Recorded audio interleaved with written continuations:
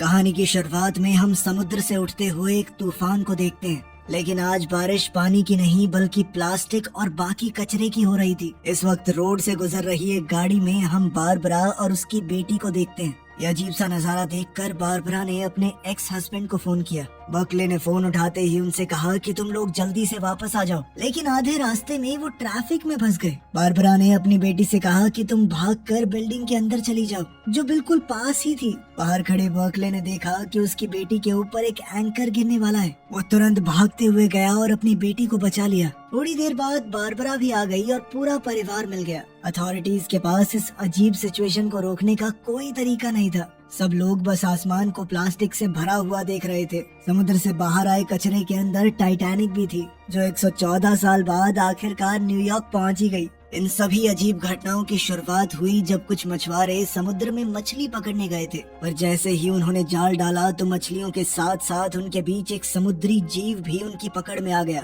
इसके बाद हम बाकले को देखते हैं, जिसे समुद्र में तेल लीक होने की खबर मिली। उसे ब्रिटिश फौज के साथ मिलकर सफाई का काम करना था। मिशन के लिए जाते हुए वो लंदन से गुजरा ताकि अपनी बेटी कर्बी को सही सलामत उसकी माँ के पास पहुँचा दे। अपनी बेटी और पिछली बीवी को अलविदा कहने के बाद बार्कले सार्जेंट हैना के साथ एयरपोर्ट गया और फिर मिलिट्री प्लेन में बैठ गया। जल्द ही वो एक खुफिया जगह पर पहुंचा जहां उस समुद्री जीव की डेड बॉडी रखी गई थी। वहां पता चला कि ये जीव समुद्र के किनारे से लगभग 3 मील दूर मिला है। मछुआरों ने जब मॉन्स्टर को जाल से निकलते देखा तो उन्होंने उसे गोली मार दी और उसके शरीर को इंटरनेट पर बेचने की कोशिश की, लेकिन कर्नल ने सही समय पर एक्शन लिया, केस को छुपाया और उस शरीर को खरीद लिया ताकि आर्मी उस पर रिसर्च कर सके। पियर्स कहने लगा कि इस तरह के समुद्री जीवों के बारे में पुराने समय की कहानियों में बताया जाता है। इनकी प्रजाति को होमो एक्वा कहा जाता था। जब साइंटिस्ट ने बॉडी को चेक किया तो उन्हें क्रीचर के गले के नीचे एक मोती मिला, बिल्कुल वैसा ही जैसा उन्हें पहले मिले हुए स्पेसिमेन में मिला था।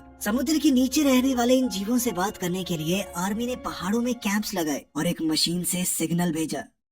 अंधेरा होने के बाद जब बाकी लोग सो रहे थे तो मॉर्गन और सैरा को काम दिया गया कि उस होमो एक्वा की बॉडी को गार्ड करें। रात के लगभग 2:30 बजे दोनों को लगा कि कुछ तो गड़बड़ है। अचानक जमीन में पानी भरने लगा और सारा आगे बढ़ते हुए धंसने लगी। मॉर्गन ने उसे बचाने की कोशिश की और हाथ बढ़ाया, लेकिन सारा को किसी चीज ने जोर से नीचे खींच लिया। कुछ ही सेकंड बाद मॉर्गन भी उसी तरह नीचे चला गया। नीचे जाने से पहले उसने मदद के लिए कॉल की, लेकिन बाकी फौजी समय रहते नहीं आए। साथ ही वो बॉडी भी चोरी हो गई थी। तभी अलार्म बज उठा और सारे फौजी उठकर देखने लगे। जनरल जब टेंट में पहुंचा तो उसे मॉर्गन और सारा कहीं नहीं मिले। जब उसने रेडियो पर उनसे बात करनी चाहिए तो पता चला कि रेडियो तो जमीन के नीचे है। उन मॉन्स्टर्स के जाने के बाद जमीन फिर से सख्त हो गई थी। जब पियर्स नीचे झुककर चेक कर रहा था तो उसे मॉर्गन का हाथ मिला। उस वक्त बार्कले को समझ आ गया कि उसे बहुत ही खतरनाक मिशन पर भेजा गया है। उसने पूछा कि ये कौन सा जीव है। हैना ने बताया कि उनकी टीम का यही काम है। वो अनजान जीवों से बातचीत करने की कोशिश करते हैं, लेकिन ये होमो एक्वा कोई एलियन नहीं है। वो इंसानों से भी पहले से धरती पर रहते हैं और हजारों सालों से वो समुद्र के नीचे थे,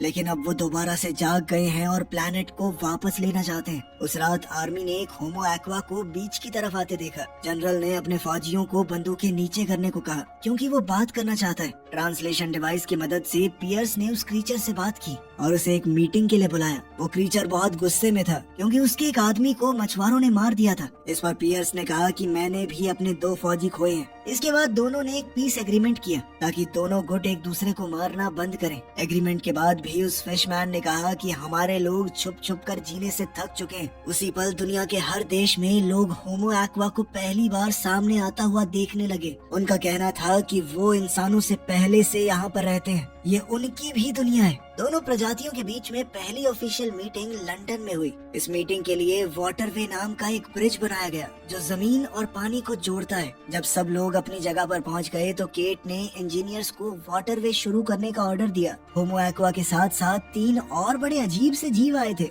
एक बड़ी सी मछली, एक जल परी और एक इंसान जैसी दिखने वाली औरत। थोड़े ही समय में सॉल्ट ने इंसानों की भाषा सीख ली और एम्बेसडर की बात को समझने लगी। मीटिंग की शुरुआत में सॉल्ट ने बताया कि वो खुद क्यों आई है। कुछ समय पहले उसके बच्चे पैदा होने वाले थे, लेकिन इंसानों के जहाज से गिरे तेल ने उस जगह को जहरीला कर दिया। मीटिंग को शांत रखने के लिए जोनाथन ने कहा कि हम अपनी गलती सुधारना चाहते हैं, लेकिन सॉल्ट ने उसे इग्नोर कर दिया। उसने कहा कि वो सिर्फ बर्कले से बात करेगी क्योंकि वही एक ऐसा इंसान था जिसने मरे हुए होमो एक्वा के लिए इज्जत दिखाई। ये जानने के लिए कि होमो एक्वा बर्कले को अपना एम्बेसडर क्यों चाहते हैं, केट ने उससे पूछताछ की और उसकी जिंदगी के हर एक किस्से को खंगाला। जॉनथन को दोनों प्रजातियों के बीच का एम्बेसडर बनाने की कोशिश नाकाम हो गई क्योंकि सॉल्ट को सिर्फ बर्कले से बात करनी थी। इसीलिए उनकी यूनिट की प्रेसिडेंट ने बर्कले से कहा कि मैं तुम्हें इस मौके के लिए तैयार करूंगी। होटल पहुंचकर जहां बर्कले कुछ दिन रुकने वाला था, उसने देखा कि वहां बहुत कड़ी सिक्योरिटी है। उसके कमरे में उसकी बेटी और पिछली बीवी पहले से थे। बारबरा को जब पता चला कि बर्कले को होमो एक्वा के साथ नेगोशिएशन के लिए चुना गया है तो वो चौंक गई। उधर केट ये सोच रही थी कि अगर लड़ाई छिड़ी तो वो क्या करेंगे। फिर तय किए गए समय पर बर्कले होमो एक्वा के साथ मीटिंग करने गया। शुरुआती बातचीत के बाद सॉल्ट ने कमेटी के लोगों से थेम्स नदी का एक ग्लास पानी मांगा। एजेंट्स तुरंत उठकर पानी लेने गए। जैसे ही पानी का वो ग्लास कमरे में आया, बर्कले ने वो ग्लास सॉल्ट को देने की कोशिश की, लेकिन सॉल्ट ने कहा कि ये पानी तुम्हारे लिए है। ये सुनते ही बर्कले हिल गया। उसे समझ नहीं आया कि क्या करे। पानी पीने की बजाय वो एक स्पीच बोलने लगा जो स्क्रीन पर लिखी हुई थी। लेकिन जब सॉल्ट ने कहा कि मुझे ये रटी रटाई स्पीच नहीं चाहिए, तो एम्बेसडर ने स्क्रिप्ट छोड़ दी और कहा कि पानी और मिट्टी का गंदा होना इंसानों की बेवकूफी का नतीजा है। अपने लोगों की गलती मानते हुए बर्कले ने कहा कि इंसानों ने धरती को बर्बाद किया है, लेकिन अब वो नुकसान सुधारना चाहते हैं। ये सुनकर सॉल्ट ने कहा कि मुझे तुम पसंद आए। उस रात होटल के कमरे में बर्कले ने अपनी बेटी को आते देखा और समझ गया कि उसे नींद नहीं आ रही। सच ये था कि उसे अपने पिता की चिंता हो रही थी। जब बर्कले ने देखा कि उसकी बेटी ज्यादा ठीक सी नहीं लग रही, तो उसने कहा कि कल मैं तुम्हें वापस घर भिजवा देता हूँ ताकि तुम यूँ होटल में फंसी न रहो। ये सुनकर कर्बी ने कहा कि मैं अपने पापा के पास ही रहना चाहती हूँ। अगली सुबह उनकी तीसरी मीटिंग के दौरान बर्कले ने बताया कि दुनिया के सारे देशों के लीडर्स ने क्लाइमेट साइंटिस्ट और प्राइवेट कंपनियों से बात की है और हम समुद्र की गंदी हालत को सुधारने का प्लान बनाने की कोशिश कर रहे हैं। नंबर्स और डेटा के हिसाब से ये नतीजा निकला है कि साल 2065 तक हम पोल्यूशन को 50% कम कर सकते हैं। लेकिन जब सॉल्ट को पता चला कि सिर्फ 50% पोल्यूशन कम करने में 40 साल लगेंगे, तो उसने इस प्रपोजल को बिल्कुल नकार दिया। उसने कहा कि रोज हमारे लोग तुम्हारी लापरवाही की वजह से मर रहे हैं। सॉल्ट ने कहा कि हमारे लोग ठीक से देख सुन भी नहीं पा रहे, अब उन्हें परेशानी हो रही है, तुम लोग बहुत पोल्यूशन कर रहे हो। इस बात पर बर्कले को लगा कि बोल तो ये बिल्कुल सही रही है। उसके पास माफी मांगने के अलावा कोई ऑप्शन नहीं था। फिर उसने कहा कि अगर हम दोनों प्रजातियां मिलकर इस मिशन में काम करें तो हो सकता है जल्दी हो जाए। इस पर सॉल्ट ने कहा कि अगर हम मदद करने लगे तो बहुत जल्दी हो जाएगा। अचानक एक तूफान शुरू हुआ और एक ही समय पर कई सारे देशों ने समुद्र में बदलाव देखा। उस दिन जितना भी कचरा इंसानों ने समुद्र में फेंका था वो वापस जमीन पर आ गया। प्लास्टिक और बहुत सारा गंदा सामान आसमान से गिरने लगा और अब कहानी वहीं पहुंच गई जहां से शुरुआत हुई थी। दुनिया भर के देशों का इतना नुकसान होने के बाद भी बर्कले ने समुद्र के लोगों के साथ बातचीत जारी रखी, क्योंकि इंसान जानते थे कि वो ऐसी लड़ाई तो नहीं जीत सकते। अच्छी बात ये थी कि सॉल्ट अभी भी बात करने के लिए तैयार थी, लेकिन उसने कहा कि मुझे शांति तभी मिलेगी जब इंसान 3 शर्तें मानेंगे। पहली शर्त, समुद्र में किसी भी तरह का कोई पॉल्यूशन नहीं आना चाहिए और अपने जहाज चलाना बंद करो। दूसरी शर्त ये थी कि जमीन और समुद्र के बीच में सीधे बॉर्डर बनाए जाए ताकि इंसान समुद्र के अंदर ना जाए, क्योंकि इंसान जमीन पर रहने के लिए बने हैं। उन्हें ना ही समुद्र और ना ही उसके पास के आसमान में जाना चाहिए। यह सुनते ही कमेटी के मेंबर्स भड़क गए, क्योंकि इससे सभी कॉन्टिनेंट्स पर रहने वाले लोग एक दूसरे से कट जाएंगे। जब सॉल्ट ने देखा कि कमरे में इंसान ज्यादा गुस्सा हो रहे हैं, तो उसने अपनी आवाज बदली और एक आदमी का रूप ले लिया ताकि उन्हें कंट्रोल कर सके। जैसे ही लोग शांत हुए और अपनी सीट पर वापस गए, सॉल्ट अपने असली रूप में वापस आ गई। फिर वो तीसरी शर्त बताने लगी जो इंसान और समुद्री लोगों के बीच में शांति के लिए जरूरी है। इसके लिए उसने समुद्र के कुछ कोऑर्डिनेट्स दिए और कहा कि अगली मीटिंग वहाँ पर होगी। इसमें सिर्फ दूर समुद्र तक जाना ही नहीं है, बल्कि बर्कले को 5 मील नीचे डाइव करना पड़ेगा ताकि वो होमो एक्वा से उनके घर में मिल सके। अब अगली चुनौती ये थी कि इतनी गहराई तक जाना भी बहुत मुश्किल है, क्योंकि 5 मील नीचे पानी का प्रेशर बहुत ज्यादा होता है। आज तक ऐसी कोई सबमरीन बनी ही नहीं है जो 5 मील नीचे तक डाइव कर सके। खैर जनरल पियर्स और उसकी टीम के साथ बर्कले वेसल में चढ़ा। उनके हैच को बोल्ट से पूरी तरह बंद कर दिया गया। लॉन्च के बाद सबमरीन को मीटिंग पॉइंट तक पहुंचने में लगभग 2.5 घंटे लगे। सफर के दौरान 6 पैसेंजर्स आपस में बात करने लगे कि अगर वो जिंदा बच गए तो घर जाकर क्या करेंगे। जब बर्कले ने देखा कि टेड नाम का एक आदमी बहुत ज्यादा डर रहा है तो उसने उसे शांत करने की कोशिश की। अपने साथियों को हौसला देते हुए बर्कले ने खुद को भी जैसे तैसे समझाया। कुछ ही मिनट बाद उनकी सबमरीन रुक गई। पियर्स ने अपनी टीम से बात करने की कोशिश की ताकि बता सके कि हम नीचे तक पहुंच गए हैं, लेकिन कोई रिस्पांस नहीं आया। थोड़ी देर बाद टीम को लगा कि ये सबमरीन बहुत ज्यादा तेज मूव कर रही है, लेकिन किसी को समझ नहीं आया कि हो क्या रहा है, क्योंकि सतह से उनका संपर्क पूरी तरह टूट चुका था। बाहर के प्रेशर को चेक करते हुए मिन को एहसास हुआ कि यहाँ का प्रेशर बिल्कुल जमीन जैसा है, जो होना पूरी तरह से नामुमकिन है, क्योंकि कायदे से तो वो 5 मील नीचे है। अचानक से सबमरीन हिली और सारी लाइटें बंद हो गई, जिसके बाद सब ने ऑक्सीजन मास्क पहन लिया। जब हैच खुला तो सब हैरान रह गए, क्योंकि पानी सबमरीन के अंदर आया ही नहीं। इसीलिए उन्होंने बाहर निकलने का फैसला किया। बाहर जाकर उन्होंने देखा कि वो एक गुफा के अंदर है, जहाँ का टेम्परेचर भी 21 डिग्री सेल्सियस है और हवा में ऑक्सीजन बहुत है। जब टीम इस जगह को देखकर हैरान हो गई तब सॉल्ट सामने आई। उसने बताया कि तुम पहले इंसान हो जो इतनी गहराई तक पहुँचे हो। इस एनवायरनमेंट को खास उनके लिए ही तैयार किया गया है, इसीलिए वो अपना ऑक्सीजन मास्क हटा सकते हैं। सॉल्ट उन्हें मीटिंग रूम में ले गई, जहाँ उनकी स्पीशीज के लोग जमीन और समुद्र का फ्यूचर डिसाइड करने के लिए जमा हुए थे। उस रात केट को अपनी टीम के एक मेंबर का कॉल आया। उसे पता चला कि कई देशों के डिप्लोमेट्स के बीच में कोडेड बातें हुई हैं। फोन पर बात करते वक्त ही केट पर एक स्नाइपर ने हमला कर दिया, लेकिन उसके बॉयफ्रेंड ने उसे बचाते हुए अपनी जान दे दी। उसी वक्त टेड, जो कि अकेला डिप्लोमेट है जिसने अपना ऑक्सीजन मास्क नहीं उतारा, उसने सॉल्ट को एक गिफ्ट दिया। जब बर्कले को समझ आया कि वो ग्लोब असल में सिर्फ एक कवर है, अंदर कुछ और ही मौजूद है, तो वो तुरंत झपटा ताकि सॉल्ट से उसे दूर ले जा सके। लेकिन बम फट गया और इस ब्लास्ट में कई फिशरमैन मारे गए और बर्कले की टीम के सारे मेंबर भी। सिर्फ बर्कले जिंदा बच गया, क्योंकि सॉल्ट ने उसे बचा लिया था। केट के मिशन पर स्क्वाड भेजते हुए शर्ले को मिशन पर गए हुए डिप्लोमेट्स की मौत की खबर मिली और उसने तुरंत मीडिया को बता दिया। न्यूज के बाद दुनिया को एक वीडियो दिखाई गई, जिसमें लग रहा था कि सॉल्ट ने जानबूझकर बर्कले और उसकी टीम को मारा है और जो भी इंसान समुद्र में जाएगा उसका यही हाल होगा। लेकिन सच तो ये था कि ये वीडियो नकली है और सरकार ने दोनों स्पीशीज के बीच में नफरत बढ़ाने के लिए ये किया। तेज रफ्तार से सतह की तरफ तैरते हुए सॉल्ट ने देखा कि बर्कले को बचाने के लिए हेलीकॉप्टर भेजा गया है। जैसे ही बर्कले जमीन पर पहुंचा, उसने बताया कि ब्लास्ट का रीजन टेड था। केट ने बर्कले की बात मानी, लेकिन कहा कि उसे सॉल्ट से पूछताछ करनी पड़ेगी। फिलहाल के लिए सॉल्ट को गिरफ्त में ले लिया गया। अब केट जल्दी से ये पता लगाने में लग गई कि किसने उस आदमी को पैसे दिए थे। उस आदमी को स्टेज 4 कैंसर था और वो इस मिशन को पूरा करने के लिए कुछ भी कर सकता था। सॉल्ट की तेज समझ की वजह से उसकी प्रजाति पर इल्जाम नहीं लगा, लेकिन अब उसे एक स्टील के डब्बे में बंद कर दिया गया। ये जानकर कि उसकी दोस्त को लैब में बंद करके उसके ऊपर एक्सपेरिमेंट किए जाएंगे, तो बर्कले ने एक्शन लिया। ट्रक की चाबी लेकर उसने गाड़ी रिवर्स की और डब्बे को नदी में गिरा दिया। जैसे ही सॉल्ट आजाद हुई, बर्कले खुद भी पानी में कूद गया और सॉल्ट ने उसे बचाया।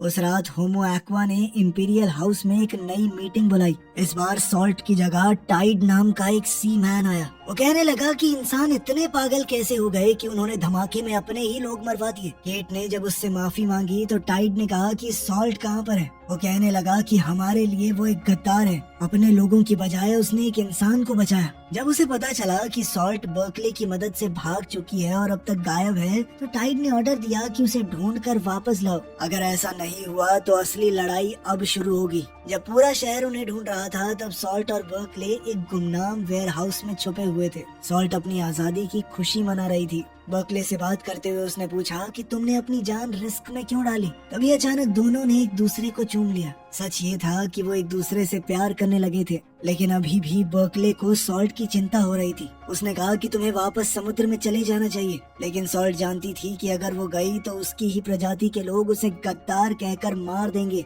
ये सब सुनने के बाद बर्कले इस नतीजे पर आया कि उन्हें शहर छोड़ना होगा। उसने अपनी पार्टनर की मदद ली और एक जवान लड़के का मोबाइल फोन चुरा लिया। ताकि वो बारबरा यानी अपनी एक्स वाइफ से बात कर सके, क्योंकि अब शायद वही है जो उनकी मदद कर सकती है। लेकिन बर्कले की मदद करने के बजाय बारबरा ने कॉल को गवर्नमेंट एजेंट्स के साथ शेयर कर दिया और उन दोनों को मिलने के लिए एक जगह पर बुलाया ताकि बर्कले को पकड़ा जा सके। जब बर्कले ने देखा कि बारबरा गाड़ी पैक कर रही है तो वो सॉल्ट के साथ ब्रिज की तरफ भागा और वहाँ पर दोनों को घेर लिया गया। उसी वक्त केट की टीम के एक आदमी ने बताया कि वो वीडियो नकली है जिसमें सॉल्ट ने इंसानों के खिलाफ लड़ाई छेड़ी थी। ये सुनते ही केट ने अपने फौजियों को पीछे हटने का ऑर्डर दिया, लेकिन जनरल गन्सबर्ग जिद करने लगा कि उस औरत को रोको। जैसे ही केट को समझ आया कि जनरल जरूरत पड़ने पर सॉल्ट को मार भी सकता है, तो उसने अपनी टीम को ऑर्डर दिया कि जल्दी से अपना टारगेट बदलो और ब्रिटिश फौजियों पर बंदूक तान दो। जब दोनों फौज आपस में भिड़ने वाली थी तभी अचानक से सॉल्ट ने बहुत तेज चीख मारी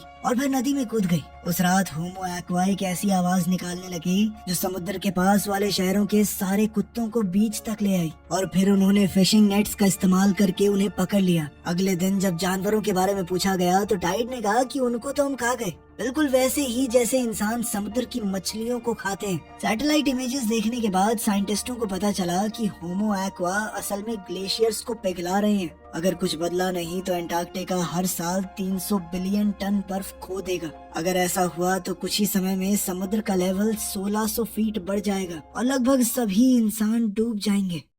अब जॉनथन टाइड से बात करके इंसानियत को बचाने के रास्ते के बारे में बातचीत करने लगा। इस पर फिशरमैन ने कहा कि इंसानों के पास सिर्फ 5 साल हैं प्लेनेट को पूरी तरह ठीक करने के लिए। अगर इतने समय में नुकसान ठीक नहीं हुआ तो पूरी इंसानी प्रजाति को खत्म कर दिया जाएगा। तुम लोग मतलब इस प्लेनेट पर जीने के लायक ही नहीं हो। उधर अथॉरिटीज ये फैसला कर रही थी कि बर्कले का क्या किया जाए और उसे एक होटल रूम के अंदर निगरानी में रखा गया। एक दिन अचानक से खाना खाने के बाद बर्कले बेहोश हो गया और उसके रूम में साइंटिस्ट घुस गए। जब वो सो रहा था उन लोगों ने उसके शरीर में इंजेक्शन दिया और उसके फिंगरप्रिंट ले लिए ताकि बाद में उसे गलत इल्जाम के तहत फंसाया जा सके। साइंटिस्टों के जाते ही बर्कले होश में आया और चुपके से बीच की तरफ गया, इस उम्मीद के साथ कि शायद सॉल्ट मिल जाए। सूरज उगने के बाद फिश वुमेन सामने आई और बर्कले भागकर उसके पास गया। ये जानकर वो खुश था कि वो जिंदा है। उसके साथ भागने की बजाय सॉल्ट ने उससे कहा कि टाइड के साथ नया एग्रीमेंट मांगो, वरना उसके लोग पूरी इंसानी प्रजाति को बर्बाद कर देंगे।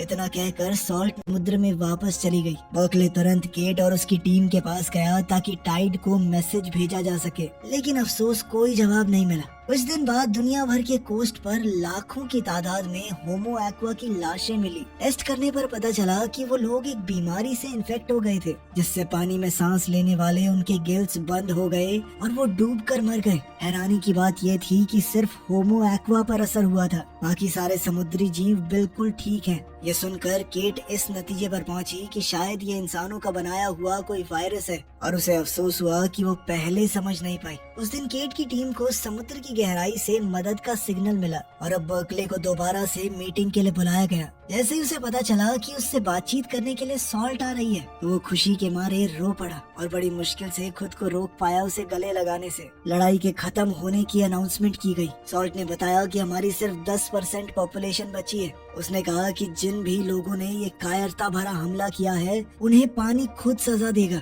दोनों स्पीशीज के बीच में दोबारा रिश्ते बनाने के लिए केट ने अपना दिमाग लगाया और एक खास जगह को चुना। उसने उन्हें बताया कि आप सब यहाँ पर रह सकते हैं। यहाँ पर दुनिया का सबसे गहरा समुद्र है, ना तो वहाँ पर इंसानों की फैलाई हुई गंदगी है और न ही कोई और चीज। जाने से पहले सॉल्ट ने अपने दोस्त का दुख भरा अंत दिखाया। उसने बताया कि हमारे लोग लड़ाई इसलिए खत्म कर रहे हैं क्योंकि जो अब बचे हैं वो इंसानों की बुराई से बहुत डर चुके हैं। हम इंसानों का मुकाबला नहीं कर सकते क्योंकि इंसानों की तरह चालाकी करना हमारी फितरत में नहीं है। फिर होमो एक्वा के जाते ही ग्रेट हॉल के ग्लास पैनल जो पानी को बाहर रखते हैं उनमें क्रैक्स आने शुरू हो गए। सब लोग घबराकर बाहर निकलने की कोशिश करने लगे। बर्कले शांत रहकर अपने अंत का इंतजार करता रहा, लेकिन हैना ने उसे बचा लिया। उस दिन केट को बर्कले के मेडिकल टेस्ट के रिजल्ट मिले और पता चला कि उसका डीएनए बदल चुका है। अब उसके जीन्स होमो एक्वा जैसे हो चुके हैं। ये जानकर केट ने फैसला किया कि उसे समुद्र ले जाया जाए ताकि वो सॉल्ट को दोबारा मिल सके।